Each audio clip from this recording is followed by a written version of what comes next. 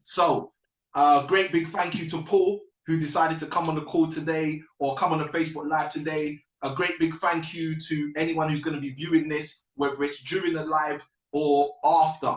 Now, just to set the scene, I wanted to get Paul on the Facebook Live, on an interview where we can have people potentially come, ask questions, etc. I've got a bucket load of questions for Paul as well. But the reason being is because, one, Paul's going to be one of our speakers in September at our Property Investors Network meeting in Canary Wharf. So what I actually wanted to do is I wanted to add some extra value for those people who are going to be a part of that meeting, or people who are interested in finding out what they can learn during that meeting, by getting Paul actually, physically as best as I could before the actual meeting. How you doing today, Paul? I'm good, thank you, Samuel. Good to be Facebook Live. This is a new one for me. Excellent. It's a new one for us as well, but we just thought, you know what, take things to the next level. It's always about taking things to the next level. If you're on the live, just, give a wave, whatever you want to do. Just let us know that you're interacting with us, even if it's a thumbs up or if it's a like. We're looking forward to connecting with people and also knowing that they're engaging as well. All right, Paul. So we're not going to wait anymore. I know time is precious for both of us. It's already 1:30 p.m. 30 minutes after I thought I'd be able to get you on, but I'm going to jump right into the questions. And I'm doing this currently off my standard Facebook page because I was unable to get it on the actual group. But what I'll do is I'll end up putting this into the group, and when it's in the group, that way we'll have it there, and people in the group can basically jump onto it. So that's the Impact Investing group. So just to get started with, Paul, can you please provide any guests or any viewers with a short intro or bio into who you are? All right, so I trained as an accountant. That was my original profession back in some time ago, ACCA, having obtained a degree in accounting and finance also. And so I worked in the city for some time as an accountant and then as an IT professional also. But all the while I was working, I've been involved in the property game. Yeah. I was buying and selling in the early days. I bought my first house in the 90s. And, we were, like I said, we were buying and selling. And then in the early 2000s, I started to buy and hold. And also in the early 2000s, I set up my own financial services business, offering mortgages and protection and bridging commercial finance, anything to do with financing property, to get closer to the money so that I could buy more property, which has always been my goal.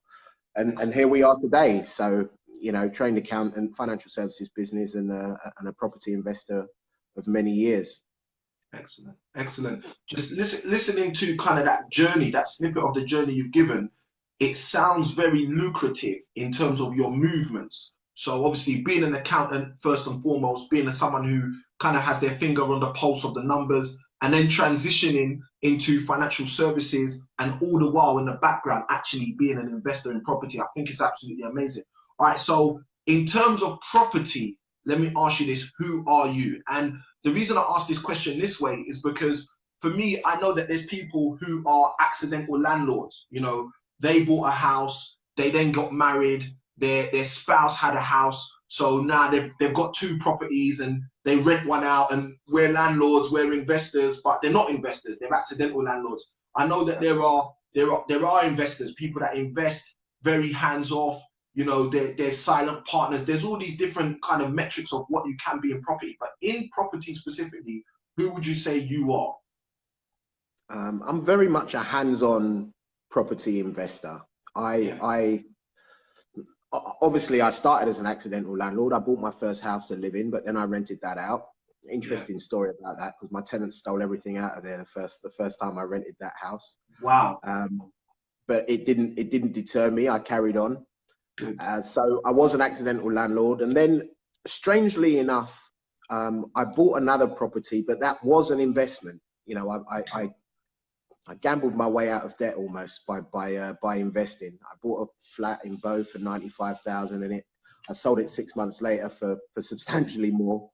And Bow's a good area. Huh? I said Bow's a good area. It is a good area. That was my epiphany moment, my eureka moment. Like, this property thing really works. Wow. So from then I was you know, we were flipping in the early days. There were no 6-month rule, and that seems to be disappearing again now. It's funny how things move in cycles. But Yeah. we were. You're breaking up, Paul. Hello, Paul.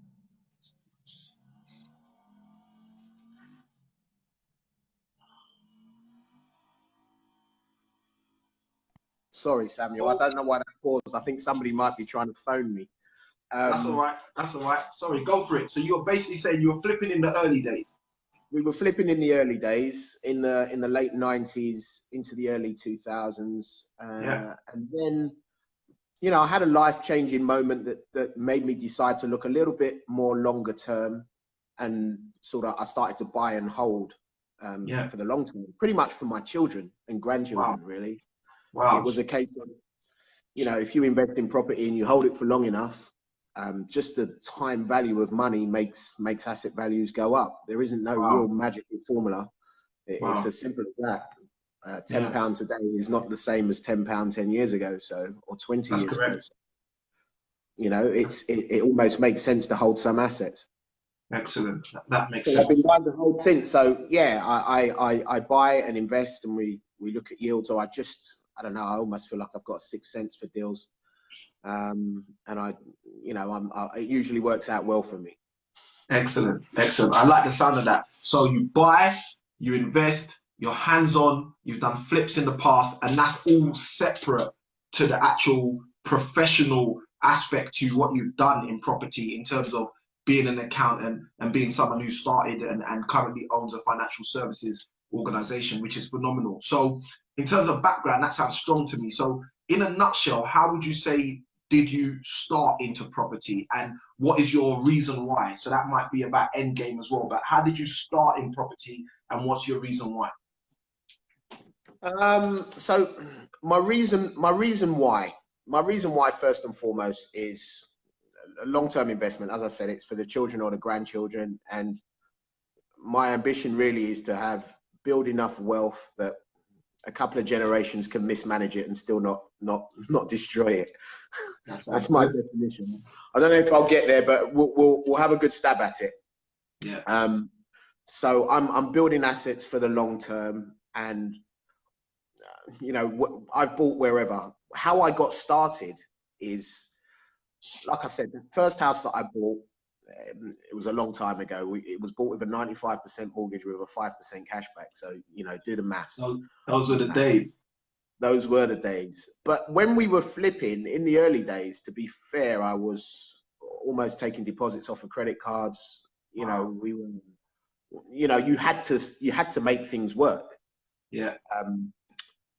Nowadays, things are a little bit different. You know, you've got investors using other people's money, using the bank's money, of course, and bridging and all kind of different ways to get things done. But you definitely need to collaborate with others now.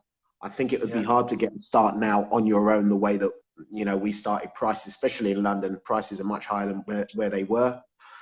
But where there's a will, there's a way. And no matter what happens in property, one thing I can assure you, things always go wrong. So you have to be a problem solver like yourself, Samuel, someone who always looks for solutions. Yeah, yeah. And I think that's the key in any business, not just in property. But if you want to be successful in any entrepreneurial endeavor, you have to be the kind of person who can solve problems. That, you know, I guess for me, that is the definition of an entrepreneur. So it's powerful you say that, Paul. All right. So jumping a bit further in, I would ask this question over the time, and this is for some of the people I know is kind of my audience, and that's kind of beginners in property. So I'd say over your time in property, has your reason why changed? Because, you know, you get some investors, you mentioned your reason why being to set up a big enough, effectively asset base or portfolio that even second or third generations can mess around with it and it still stand. So, you know, did you start with that reason why in the 80s? Was that what you was thinking, or, you know, has your reason why changed? I think part of it was pension. Part of it was pension for me. You know, I worked in the asset management industry, and I kind of got my views on that industry of People say you should invest your money for your pension for later on in life. I have my views on that, which I won't share today. If you ever see me, you're welcome to ask me. So it was the pension. It's a real asset with real income. It's simple. It's easy to understand. You know, the mortgage is this, or your mortgage is paid off and you've got rent coming in, and then it is what it is. So part of it was pension, and then it's legacy. Part of it's changing now, I think. Again, I'm back. Part of it now, I might not leave it all to the grandchildren, and I might have some fun with it, and class flights and 5-star hotels later on in life. Who knows? Which is all good, all deserved. Right. Yeah, exactly. You've got to be good to yourself sometimes, and that's the other thing that I've learned. That has changed. You know, before it's all about this and doing for others, and you're not even worried about yourself. But sometimes you just need to take some time out and be good to yourself too. Yeah, I totally agree. I was in a meeting yesterday with one of our investors, and he basically shared with me about another person in property who I actually know quite well. But he said they refuse to work with anyone on any deal if that person doesn't take a holiday at least once a year. And I was like, I was kind of like, is that a criteria? But they were like, yeah, because they want to know that this person actually is trying to take care of themselves as well. So I totally agree with you. And I think more and more in this day and age, especially for us investing in London and working on deals in London, it can be very, very stressful. You know, we had mental health awareness not long ago. And I think mental health is something that we need to, consider a bit more as investors. You know, do you just stress yourself out, especially with some of the things you spoke about earlier in the interview in terms of using credit cards when you started? You know, people who are going to try and do those kind of things today, use credit cards, use private loans, use those for deposits effectively, get themselves potentially into a muddle if they don't know what they're doing. That can create stress, turmoil, and not even to add to it, the reality that that person might actually be in a full-time job as well. So they're juggling, they're Uber juggling, they're juggling everything. So that's very, very dangerous. So yeah, I get that. Okay, so for those of you who are watching, whether it's, hopefully those of you who are live, what I'd like you to do, if you've got any questions, feel free to put them in. I'm going to go into my questions in terms of the nitty gritty right now. So Paul, the question I want to ask you now is, what would you say was the most creative deal that you've been a part of? So again, this doesn't have to necessarily be a deal you've done yourself, but what would you, with the amount of deals you've done, I'm sure it probably will be one you've done yourself, but what would you say is the most creative deal that you've actually been a part of since being on your property journey? Well, I managed to convince a vendor to give me the deposit for a property that they were selling, which allowed me to acquire all of it for quite a small amount of cash in.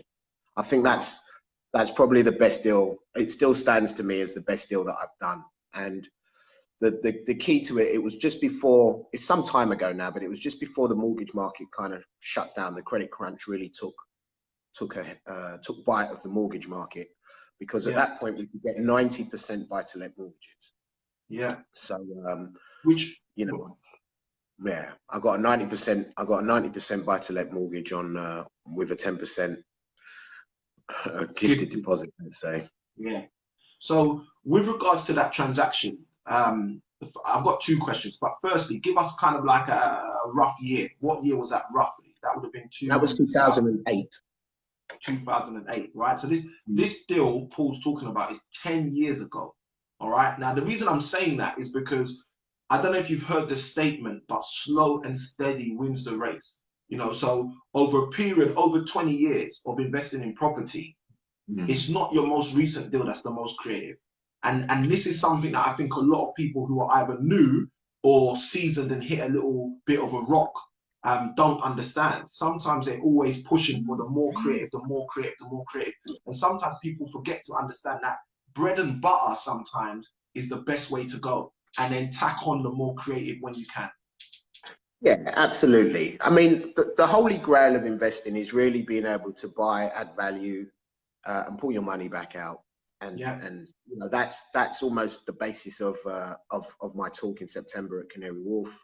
Yeah. What numbers that we look at, how we establish value, because everybody has a value. The vendor has a value, the estate agent has a value, it's the surveyor's value that matters. And then you have a value, of course. I have a value, my value.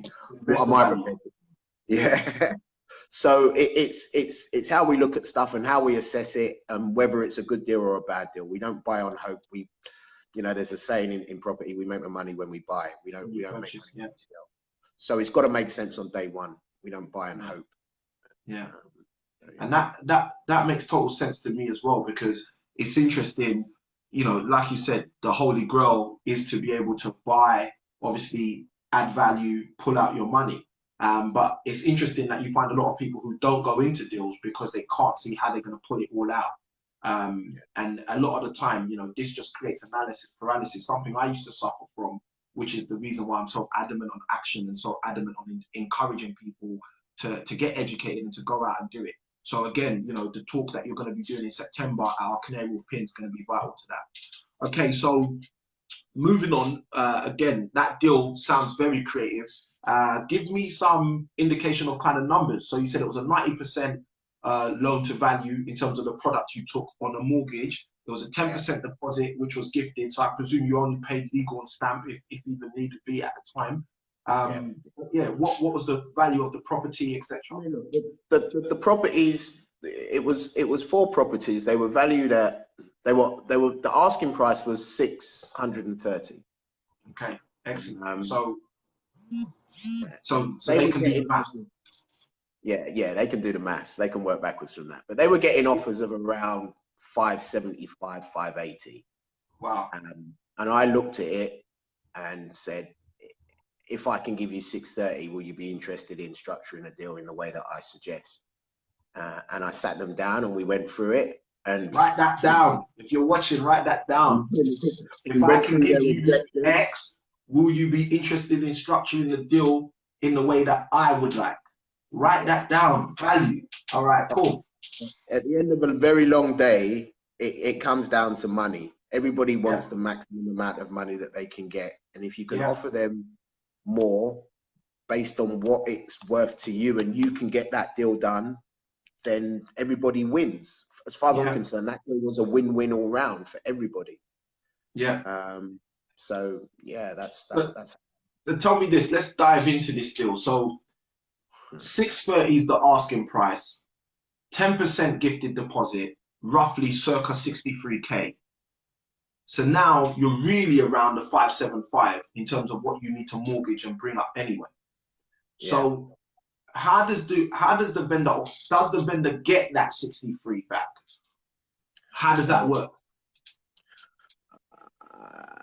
You're gonna have to come to Canary Wharf to find out about that, because I'm not gonna put that video. Excellent. I love that. All right, so come and see us at Canary Wharf. I will tell you that story of how that came about. Come to Canary Wharf Thursday, the 6th of September, and I will disclose how that deal came about and how I structured it in order to make it work and give the vendors what they wanted. Excellent, excellent. All right, now I'm even waiting to hear that one. Okay, I've had a lot of stories with Paul, but I haven't heard that one yet. All right, now I want to move on a little bit into kind of finding out more about your temperament in terms of investing in property. So what I mean by that is, the question I have is, what type of property deal would you say are your favorites? Yeah, what type of property deal would you say are your actual favorites? What type of property deals, when you hear about them, you're like, yeah, I want to jump in, even if you're not going to jump in? You know, I've started to look at development, and I like development because there's more money in there, but it's a longer turn. It's more risk. It's longer, and the market can change. But that's where I want to elevate to. But what I really like is similar to that deal that I done in 2008. It's almost you know, the sum of the parts is worth more than the whole. So as you know, Samuel, I've recently bought a block of flats in Manchester. That deal, you know, I've learned some things. There are some inherent issues to overcome, but not massively, you know.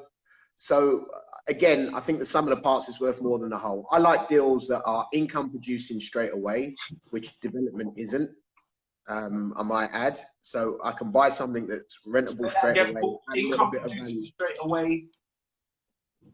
yeah, income generating straight away. An asset is something that gives you an income straight away, you know. So it's Yeah. not, developments aren't assets until the deal's done, and there's a big gap in between where you're paying money out and not getting anything back. Yeah. It's risky, but there's, you know, it's risk and reward. Yeah. I like deals that generate money straight away. So that might be inheriting tenants, even if they're bad ones, or the rent's lower, or whatever. But when Yeah, cool. All right, cool. So basically, you like those deals where they're income producing straight away. You know you've secured a very good asset. And if we benchmark this with kind of what you mentioned in terms of the 2008 deal, a kind of deal where effectively you're not putting much of your own resources in to actually acquire or to gain control of the asset in the first place, which sounds amazing. Yeah, yeah. Even if you have to put money in, you want to make sure you can get it back out at the end of it. Perfect. Perfect. You're glitching, Paul. All right, cool. So next question I've got for you is, what is the biggest challenge that you found in your property journey? So obviously you've been in property, you've been actually an active investor for over 20 years. What's the biggest challenge? What's the biggest stumbling block you've come across? That is, it's hard to say. It's hard for me to answer that one, because there are challenges everywhere. It's like being a parent, as you know, Samuel. Yeah. You'll get to understand Yeah. different problems, different age groups, different things. But your children are never a problem to you. They're just your children. So if you go into a deal, it's never a problem. You know, it's just obstacles to overcome. So for me to say this particular thing or that particular thing, it's different. There's different things. Sometimes it might be tenants.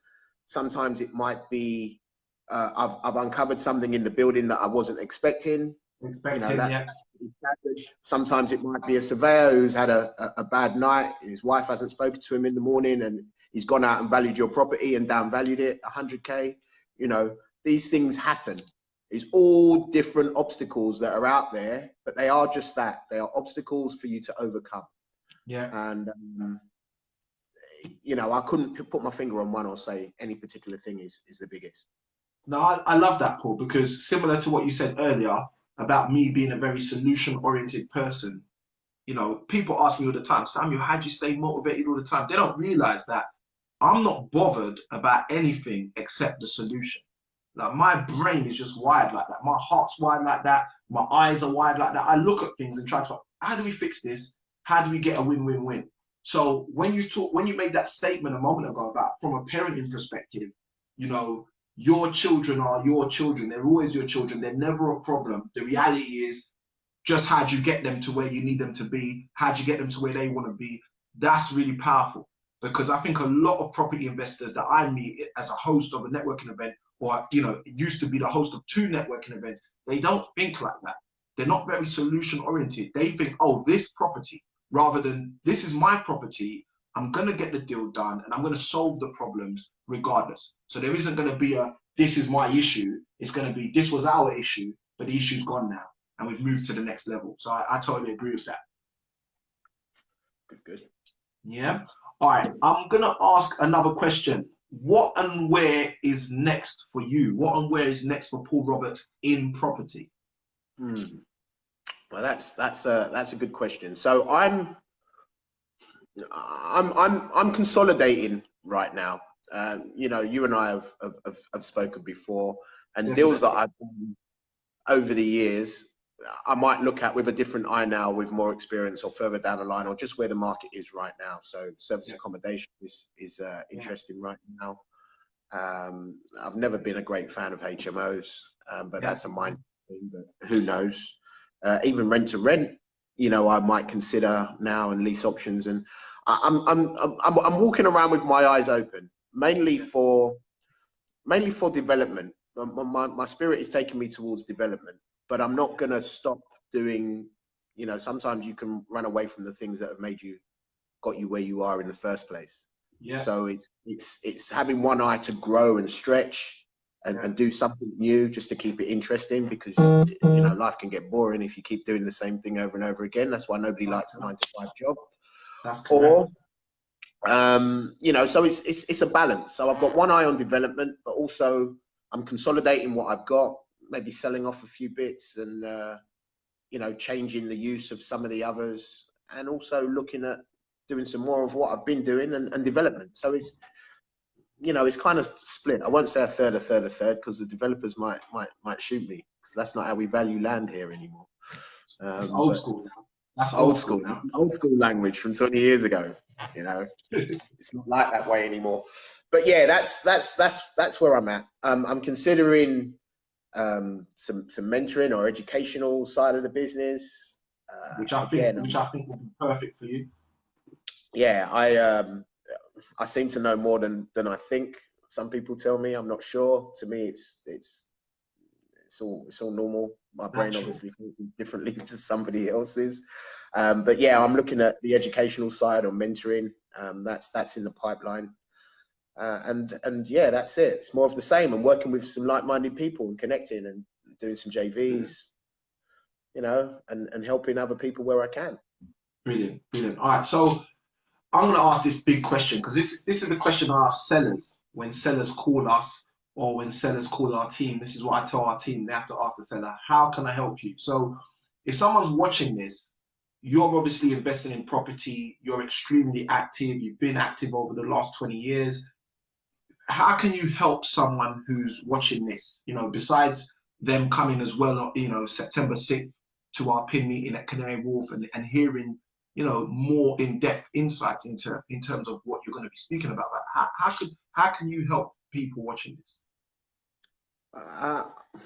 Well, I've done wealth dynamics, as you know, and it's established now, even for myself, that I'm a deal maker. I like a deal.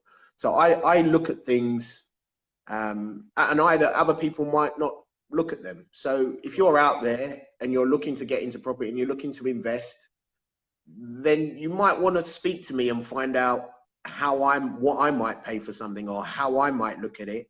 Yeah. So that you don't waste any money, because the key to this thing here is, like I said, the key to it is to buy, add value, refinance. You know, so the ideal way to do that is to understand how you value things and how other people are going to value it. Yeah. And I'm adept at that. I price risk, really. That's what I would say. I'm good at pricing risk, or establishing what you should pay, what the refurbishment might be, what possible uses there are for it, what you can refinance out of that. Which is powerful, For those of you who don't know, I bounce a lot off of Paul. So if I have ideas, if I'm looking at stretching myself, like Paul spoke earlier about stretching yourself, and I'm going to come back and add a bit more value in terms of a point on that. But if I'm ever in a position where I'm doing something I'm a bit unsure of, Paul's one of those people I would reach out to. So again, you know, those of you in the community watching this, just know that Paul's someone that I value in terms of his insight, his experience, his background, his professionalism. So I'd encourage you to connect, even on a networking basis. So again, September the 6th, we're going to be at the Canary Wharf PIN. Paul's going to be one of the speakers. But either way, just come down and connect with people. All right, so Paul, I'm going to round up now. Yeah, before you move on, can I just add that I also bounce off of Samuel as a young guy, got energy, solution orientated. He just comes from a different perspective than I might look at something. And that's what the power of the networking is all about. You know, it's a mutual appreciation society here. So, you know, I value Samuel as much as he may value me, and bounce things off of him also. Thank you. So, totally agree, Paul. Totally agree. All right. So last two questions I've got. The first one sounds a bit weird, but I'm going to ask it anyway. What is the best question you've been asked in the property industry about your property journey, etc.? What's the best question that you've actually been asked before about your property journey? Good Lord. What's the first? That's a good question, right? And ask me the second question. Let me think on that one. The second question is, what made that question such a good question?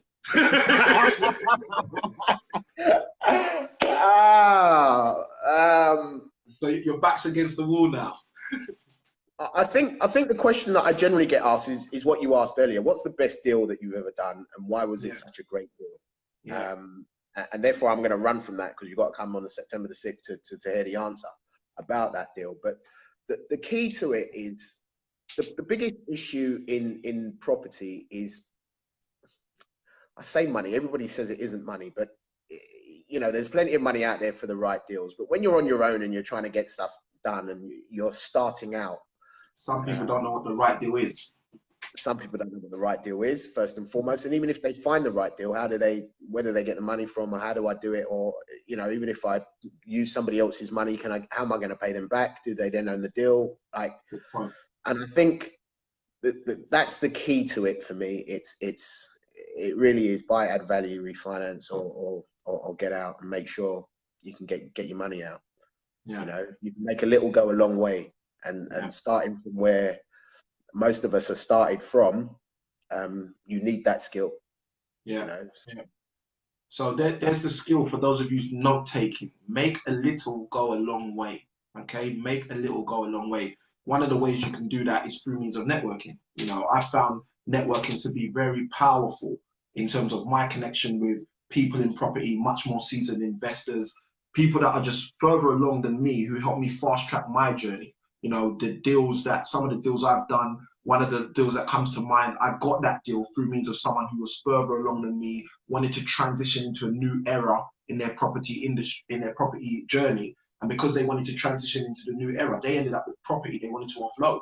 And, you know, nothing was wrong with the situation. Cash flowed perfectly for them, just like Paul was talking about earlier, acquiring assets that cash flow from day one. And we took that deal on. You know, we've got another one similar to that in the pipeline, where someone else, again, another investor further along, is saying, Samuel, you know, I trust you, I like you, I know you, I'm going to pass this on to you. So, Paul, I totally get what you're saying, and I think it's a very great point. Now, they weren't my last two questions. However, because we haven't done a great job of answering them, actually, I've got something I want to share with everybody, and then I'm going to ask you another question. And the question is to talk to us about how you bought a block and why you bought a block. So you can think about that for a minute. But what I wanted to share with the viewers is just basically this. So Paul mentioned earlier about buy, add value, and pull out as much money as you can.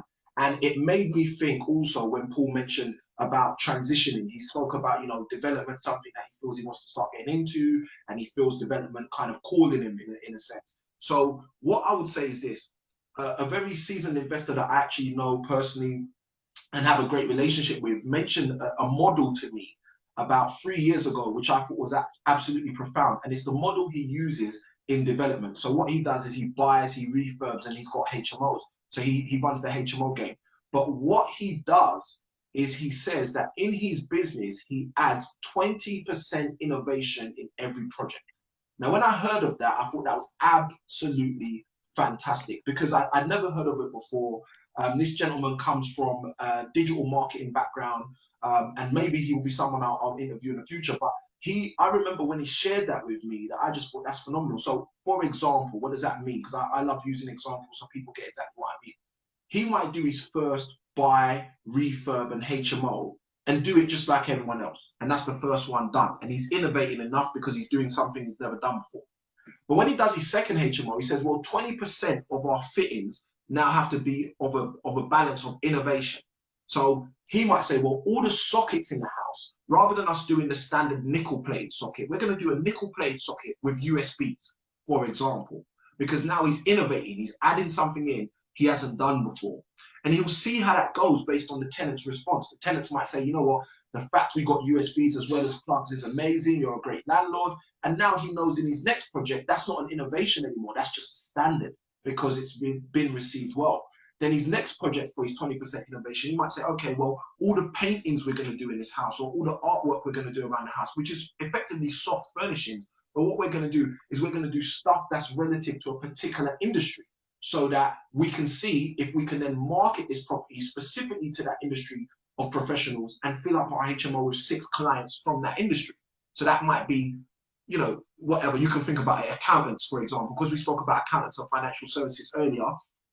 You might have all your artwork relative to accounting or to numerical analysis or whatever, because that's what you're marketing to. So again, that's just a bit of extra value for those of you who are looking at doing projects or looking at stretching yourself.